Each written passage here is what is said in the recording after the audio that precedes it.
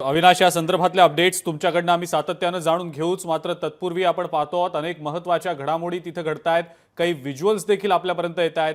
विमानामध्ये 230 प्रवासी 12 क्रू मेंबर्सचा समावेश होता ज्यावेळेला हे विमान दुर्घटनाग्रस्त झालं।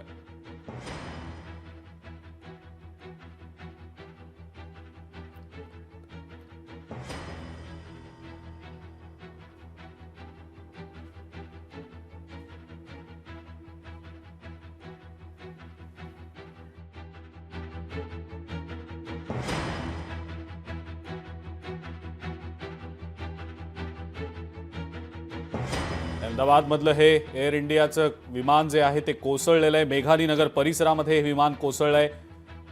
242 जण या विमानामध्ये होते आणि आपण पाहतो आहोत सातत्यानं आपण याच सगळ्या संदर्भातले अपडेट्स जाणून घेतोय। अत्यंत भीषण अशी ही दुर्घटना आणि याच संदर्भातली क्षणाक्षणाची अपडेट लोकशाही मराठीच्या प्रेक्षकांपर्यंत आपण पोहोचवतो आहोत। घटनास्थळाची ही दृश्य आहेत, अत्यंत भयावह अशी ही दृश्य आहेत आणि या विमानामध्ये 242 जण प्रवास करत होते अशी माहिती मिळते आहे।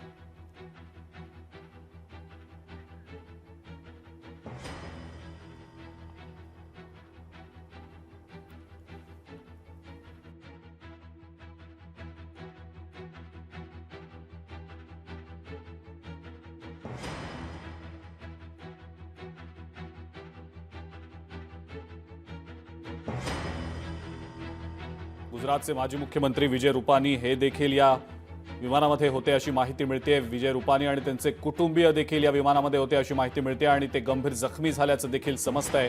आतापर्यंत 52 मृतदेह बाहेर काढण्यामध्ये यश आलेलं आहे। मृतांचा आकडा वाढण्याची शक्यता आहे।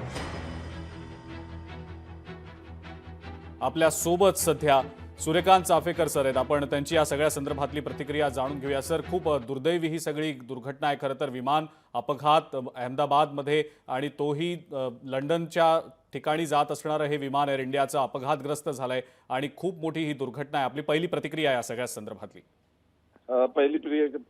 सर्वप्रथम जे या दुर्घटनाग्रस्त विमानात आहेत त्यांच्या प्रती नक्कीच सहानुभूती आणि ईश्वर करो आणि सगळ्यात जास्तीत जास्त वाचू शकतात ते वाचो। मी जे व्हिडिओ पाहिलाय त्यावरून मी हेच सांगू शकेन की विमानात असं असतं की विमान जेव्हा धावपट्टीवरून उड्डाण करतं आणि हवेत एका विशिष्ट हाईटला पोहोचतं, हा विमान उड्डाणातला सर्वात क्रिटिकल असा फेज असतो आणि त्यात सतर्कता मॅक्सिमम झालेली असते। या क्रिटिकल फेज मध्ये जर काही टेक्निकल फॉल्ट झाला, काही मेकॅनिकल फेल्युअर झाले तर अशी घटना घडते। तर जे मी विमानाचा व्हिडिओ पाहिलाय त्यावरून असं स्पष्ट दिसत आहे की अशातलीच काहीतरी गोष्ट झालेली आहे, काहीतरी मेकॅनिकल फेल्युअर झालाय। आणि या आता प्रश्न येईल की काय मेकॅनिकल फेल्युअर असू शकतात, मेकॅनिकल फेल्युअर काही असू शकतात, पण ही गोष्ट लक्षात घेतली पाहिजे। असं तेव्हाच होतं जेव्हा विमानातले इंजिन जे पॉवर थ्रस्ट देत असतात, जितकी पॉवर देत असतात ते दोन इंजिनची पॉवरच विमानाला त्या हाईटवर, म्हणजे जेव्हा विमान खाली असतं तेव्हा ते सस्टेन करू शकतात। पण तेव्हा जर एखाद्या इंजिन मध्ये बिघाड झाला तर अशी घटना होण्याची शक्यता असते। त्यामुळे विमान टेक ऑफ करतं आणि त्यानंतर एक विशिष्ट हाईटला येतं। ही फेज सर्वात क्रिटिकल असते आणि त्यासाठी पायलट छान ट्रेंड असतात। पण इतके एक लक्षात गोष्ट घेतली पाहिजे, सगळे जे प्रवासी आहेत ते आणि लंडनला जाण्या इतकं इंधन, त्यामुळे विमान फुल्ली लोडेड असतं आणि त्यामुळे अशा क्रिटिकल फेजला काही मेकॅनिकल फेल्युअर झालं तर अशी घटना घडण्याची शक्यता असते। म्हणूनच याला आम्ही क्रिटिकल इमर्जन्सी असं म्हणतो। हो, कारण सर अशी एक माहिती सुद्धा आता मिळतेय की डिस्ट्रेस सिग्नल देखील दिला होता ज्यावेळेला टेक ऑफ झालं। तुम्ही जसं मगाशी म्हणालात की टेक्निकल डिफिकल्टी किंवा टेक्निकल काही गोष्टींमुळे हा सगळा प्रकार उद्भवण्याची शक्यता जास्त आहे। डिस्ट्रेस सिग्नल नंतर कदाचित म्हणजे एअर ट्रॅफिक कंट्रोलला कळलं असेल का की नेमकं काय घडतंय किंवा काय करता येऊ शकेल आता? कारण ज्यावेळेला डिस्ट्रेस सिग्नल जातो त्यावेळेला हे माहिती असतं सगळ्यांनाच की काहीतरी वाईट घडणार आहे किंवा चुकीचं घडतंय, आपत्कालीन परिस्थिती आहे।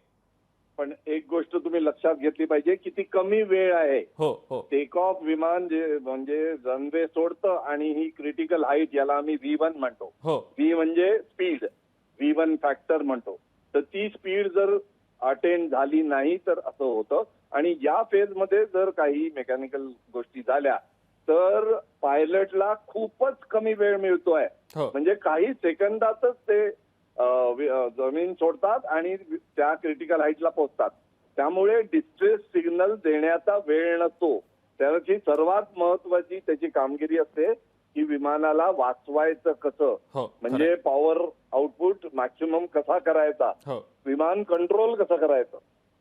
नाही पण सर आणखीन एक प्रश्न विचारायचा होता तुम्हाला याच निमित्ताने. सिग्नल दिला असा. हा हा नाही सर अजून एक प्रश्न विचारायचा होता की ज्या वेळेला विमान म्हणजे टेक ऑफ घेतलं गेलं होतं 695-700 फुटांच्या आसपास त्याची उंची होती. या अशा सिच्युएशनमध्ये तुम्ही जसं म्हणालात की कंट्रोल करणं फार डिफिकल्ट असतं. वैमानिक कितीही अनुभवी असला किंवा कुशल असला या सगळ्या सिच्युएशनमध्ये काय नेमकं करता येऊ शकलं असतं असं वाटतं किंवा केलेलं देखील असेल पण प्रयत्न कुठेतरी अपुरे पडले असं वाटतं? नाही, मी याच्यात तुम्हाला अगदी ठामपणे एक गोष्ट सांगू शकतो की पायलटचे प्रयत्न नक्कीच अपुरे पडले नाहीत. बर पण मी जे सांगितलंय हे सर्व काही सेकंदात घडतं. हो हो आणि त्यामुळे जर मेकॅनिकल फेल्युअर असेल, जर इंजिन खराबी असेल आणि पॉवर आउटपुट नसेल तर पायलट कितीही निष्णात असो याच्यावर उपाय असा रामबाण उपाय असा नसतो. बर प्रयत्न त्यांनी सगळेच केले असतील, पायलटनी प्रयत्न 100% केले असतील. कारण अशा क्रिटिकल इमर्जन्सीसाठी पायलटचं ट्रेनिंग अतिशय उत्तम होतं. खरंय म्हणजे झोपेतनं उठवून त्याला जर ही इमर्जन्सी विचारली तर तो तुम्हाला फटाफट काय काय ऍक्शन करेल ते सांगेल. त्यामुळे पायलटचा कुठलाही प्रयत्न कमी पडला हे मी जवळजवळ मानायला तयारच नाही, हे मी तुम्हाला स्पष्ट करतो. पण या हाईटला जर या इमर्जन्सी झाल्या तर त्यात अशा दुर्घटना होऊ शकतात. होऊ नाही, मेकॅनिकल शेवटी गोष्ट आहे, होऊ नाही हे नक्कीच. पण पायलटनी सर्व प्रयत्न नक्कीच केले असतील हे मी अगदी ठामपणे तुम्हाला सांगू शकतो. ठीक आहे सर. सर खूप खूप धन्यवाद. आपण लोकशाही मराठीशी बोललात आणि इतकी सविस्तर प्रतिक्रिया दिली त्याबद्दल. आपल्यासोबत निवृत्त air vice marshal Suryakant Chaphekar sir होते आणि त्यांनी देखील सांगितलंय की ज्या वेळेला हा सगळा दुर्घटनेचा प्रकार घडला असेल त्यावेळेला नेमकं काय घडलं असेल आणि वैमानिकांनी पुरेपूर प्रयत्न यावेळेला केले असतील असं त्यांचं म्हणणं आहे. प्रयत्न कोणत्याही प्रकारे अपुरे पडले नसतील असं ते म्हणतायत. लोकशाही मराठी ऐका, पहा, जागरूक रहा.